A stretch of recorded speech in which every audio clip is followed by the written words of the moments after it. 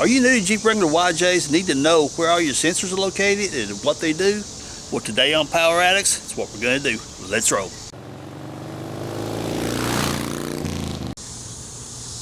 So what I'm going to do for you today on Power Addicts is we're going to look at my 1991 Jeep Wrangler YJ 4.0 5-speed. We're going to go from the front of the engine all the way back to the gas tank. We're going to look at all the sending units and sensors that's on your engine and even, of course, the fuel tank, and give you a quick summary as to what they each do, how they work together, and yeah, all that fun stuff. As I explain each sensor, it's just a quick summary as to what they do. I've got more detailed videos throughout the channel, and I'll link all those up below in the description, so you guys can, if you need to know more about the fuel sending unit, I've got great videos explaining that. So I'll link up each one of the videos down in the description, so you guys can get all the information you need. So what's the first sensor we're looking at? So let's go for the first two sensors that are the most often confused. That would be, ta-da, the water temperature sensor.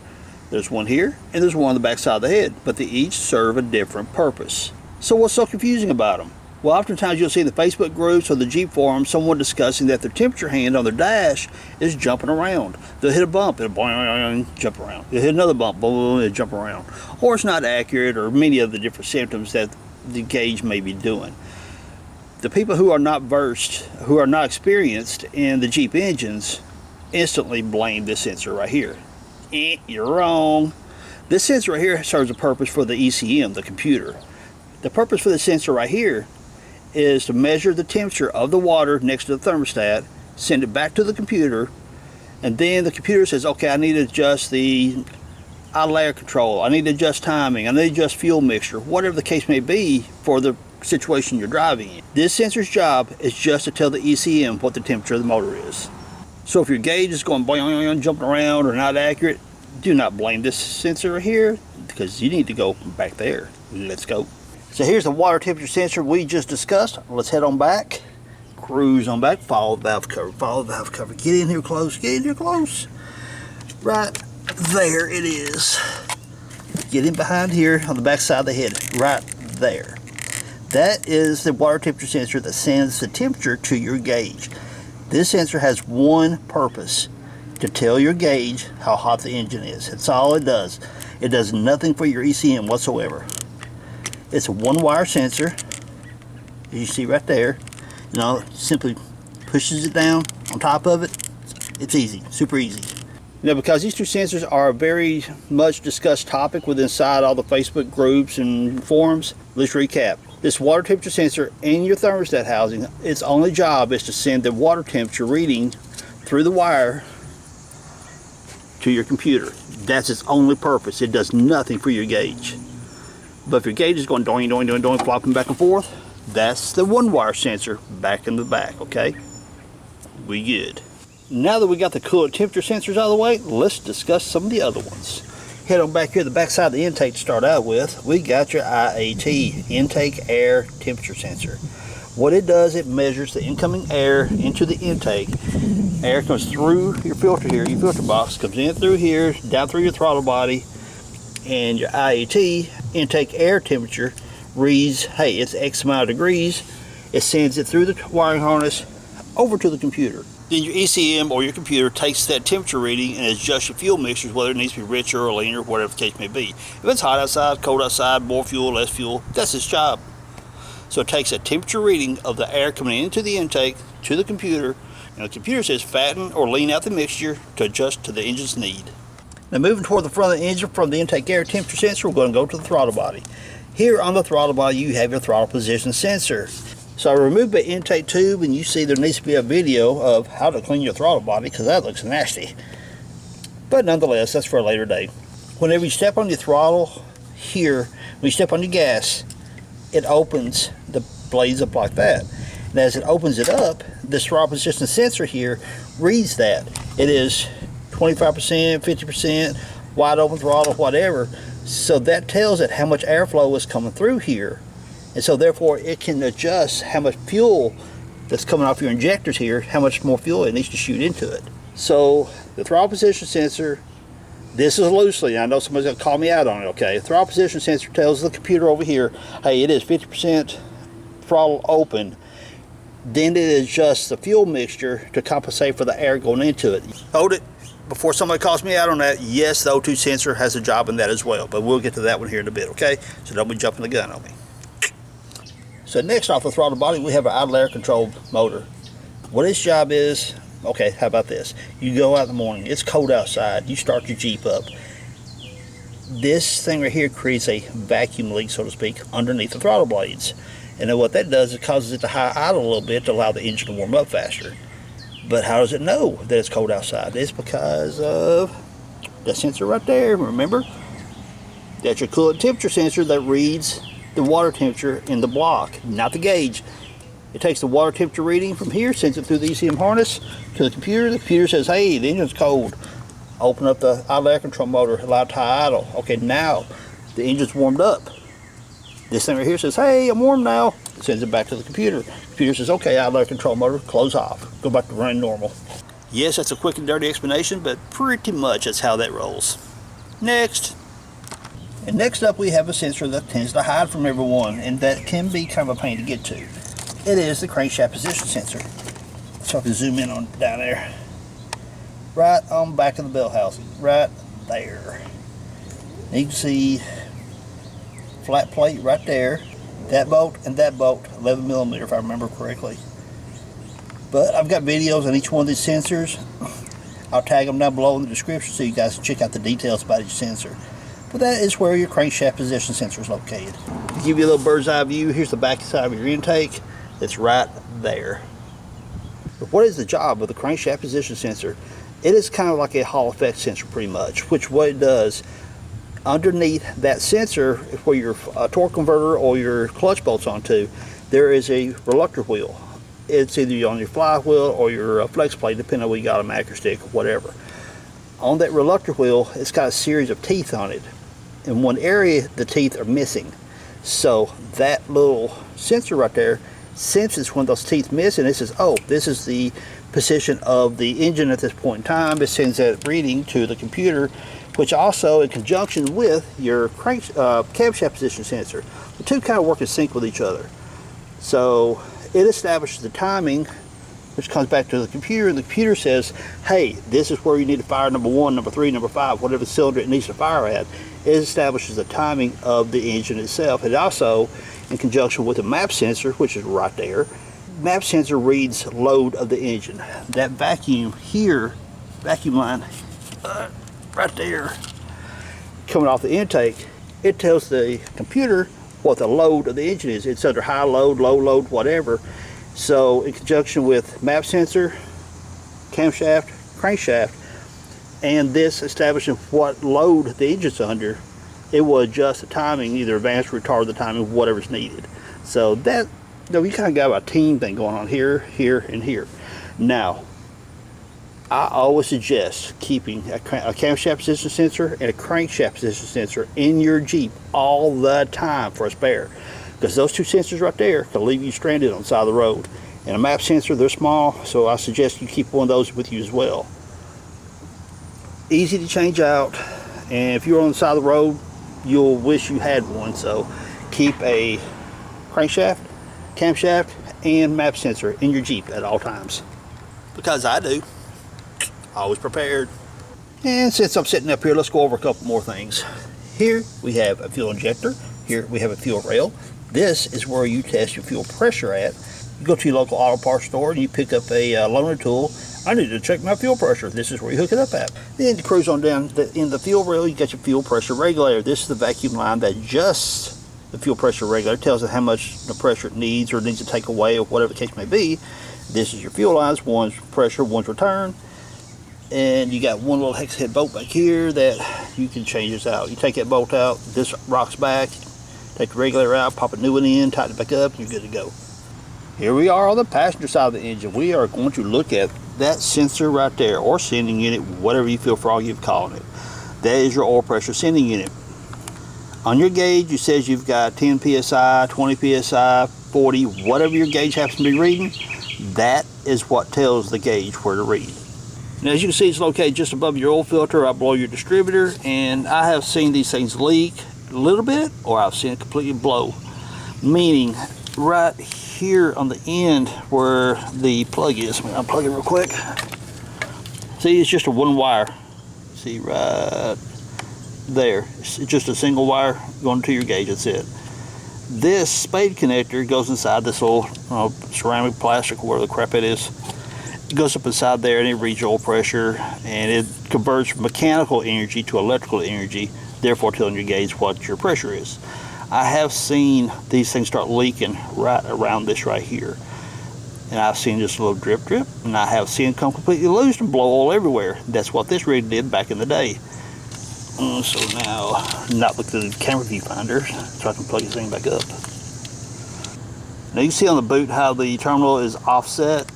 You want to make sure you match it up with your sending unit, so you rotate till it sits on it correctly. And I need to quit looking through the viewfinders. I can't do anything like that. And just snap it on, make sure the boot snaps over the end of it. And that's your oil pressure sending unit. It reads from just above the oil filter, reading off the block, and just blow your distributor, obviously. And so if you got like cattywampus gauge fluctuation or something like that, that could be that right there.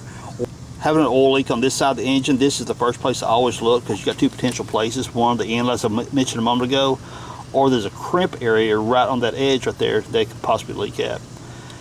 Being it's just above the oil filter, so there's that possibility that where it screws in right there. Very much not likely, because these things come with like a factory thread locker or thread sealer on them. There's your oil filter. If you put your oil filter on, you got some debris between the seal and the block that could cause an oil leak. Your distributor drops in right there. Very, very, very unlikely you'll get an oil leak between that, but it's always possible. And of course, right down below that's your oil pan, so you might want to check that if you got an oil leak on the passenger side of the engine. So also on the passenger side of the engine, you have your crankshaft position sensor. What it does is reads the position of your rotor button. As your rotor button rotates around for number 1, number 3, number 5, whatever cylinder is pointing at, its job is to let the ECM, oh yonder, know its position. So it works together with your crankshaft position sensor, which is down in behind there, as we mentioned a moment ago. Then also your map sensor. Map sensor reads load on the engine. Hey, I'm working hard, I'm not working hard, whatever the case may be. This tells the computer I need to adjust the timing. The computer says, okay, where's my timing at? It looks at the crankshaft position sensor and camshaft position sensor. It says, oh, this is where my timing's at. So I need to add more timing, or I need to take away more timing, depending on the load that the map sensor is reading at. So as I mentioned a moment ago, there's two sensors primarily that will leave you on the side of the road. That is the crankshaft position sensor, very common for that one to go out, and the camshaft position sensor. Not very common for it to go out, but it will leave you stranded if it does. So make sure you got those extra in your toolbox in your Jeep or whatever. And also an extra map sensor never hurts, because if it gets quirky on you, the possibility of it getting you home is more than likely to go into like a limp mode type situation, to where it'll run like crap, but it may get you there. But the camshaft or crankshaft, bud, you're on the side of the road. So keep it extra. Of course, y'all don't know this in the edit, but this next thing I'm about to show you, I've tried 3 times already. Every time I get started, right here at the end of the road, some kind of little bitty tiny micro 4-wheeler gets right into my driveway, makes a bunch of racket, and heads back up the road. So on this side, also on the passenger side of the engine, you may have this wire right here, which is typically your AC compressor. You turn on your, hey, I want some chilly air up in this place. You turn it on, it puts electricity through here, it clamps the clutch together here. The clutch clamps because the belt is spinning it. It spins the little pistons back and forth here. Pistons go wee back and forth, and it compresses the Freon, which therefore creates a chilly situation for you in there. As in, there, I mean, okay, good. But you notice, I have an air filter in the back of mine. It's because this is no longer a chilly air compressor. This is a blow up your tire air compressor. This is my filter. What happens, it sucks in the air here, it goes inside there, the pistons go wee, wee, wee, wee, back and forth, and it pumps air out this way, and it comes right through here. But I've got copper lined here because that air gets really, really hot, and if I run on copper, it keeps the heat off my rubber line right here. Then it goes through here, and this is my filter, and it compresses it, and I got my rear bumper, it's my air tank. So yep, there's that. But there's a whole video series on me building onboard air. I'll link it up below. Did you get all that? Good job. So we're on the driver's side of the Jeep. We're gonna come down right here. Then we're gonna go right under here between the frame and the body. I guess a body lift comes in good for something. Right there we have your speed sensor. That sensor's job is to tell your speedometer how fast you're going down the road. So it's on the back end of the transfer case. So what you're looking at here is my passenger side front tire, and we'll come a little closer to the axle. And what you got here is your central axle disconnect. The sensor that's on this right here, only job it has is whenever you put your transfer case in four-wheel drive, it also locks this in via vacuum. If it were hooked up, I'm not running a vacuum system. I've actually got mine completely locked in. But there's a switch on the end that sends a signal up to the light on your dash that says, yo, I'm in four-wheel drive, let's go wheeling, yay! If it works. But anyway. Now what we're looking at here is your O2 sensor. It comes off the exhaust manifold right there. 4 wires. It comes up, you got a plug right there. Well, actually if it were mounted correctly, it'd be like mounted over here somewhere, honestly. But I've changed my junk around so much that they ain't nothing the same anymore. But anyway, that's your O2 sensor down here. And zoom back a little bit. You can see it's coming off the exhaust pipe right there. The O2 sensor reads the ratio between air and fuel coming out your exhaust, meaning if you've got too much fuel coming out your exhaust, that means you're running rich. The O2 sensor says, yo, Mr. Computer, I've got too much fuel in the exhaust, back off the fuel a little bit. The computer receives that message. It says, okay, give me just a second. Then it sends it to the injectors and tells the injectors, hey, close off that pulse a little bit to lessen the fuel mix going into the intake. So that lessens your air to fuel ratio, creating a leaner burn. But if you got a lean condition, the O2 sensor says, hey, there's not enough fuel in the exhaust, which means you're running too lean in the cylinders. It sends that signal to the computer. Computer says, oh, give me just a second. It sends that message to the injector saying, hey, yo, more fuel, spray more fuel to fatten that mixture up a little bit. Does that make sense? Sweet. Now the next sending unit we're going to look at is actually at the very back of the Jeep above the gas tank. So which one is that? If you guess fuel sending unit, you would be correct.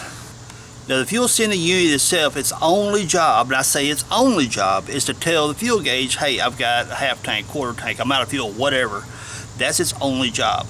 Now, just because whenever you go buy that whole piece, if you need to replace it, it comes with the mounting for the fuel pump, it comes with all the ground wires for the fuel pump, power wire for the fuel pump, all that stuff. But the sending unit itself is just a rheostat that goes up and down that tells the fuel gauge, hey, I've got a half tank, quarter tank, full tank, whatever the case may be. That's the sending unit, that's its only purpose. But the whole assembly in itself, the fuel pump is there, the screen or the socket, whatever you call it, it's on the end of that. The power wire for the fuel pump and the ground for the fuel pump and sending unit is out there. The fuel pump and the sending unit both share the same ground. But I've got some videos that explains the whole fuel sending unit, the fuel pump and all that back there in very good detail. I'll link those up below. So now what we're looking at is the top of the fuel tank. You can see that wire in the loom, right?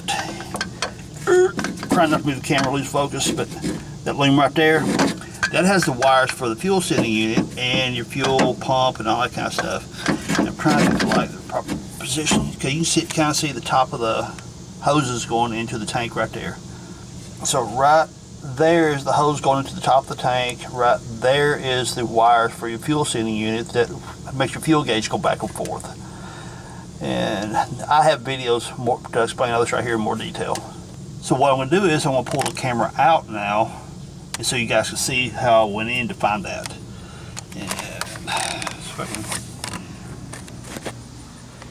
you see, I'm on the driver's side.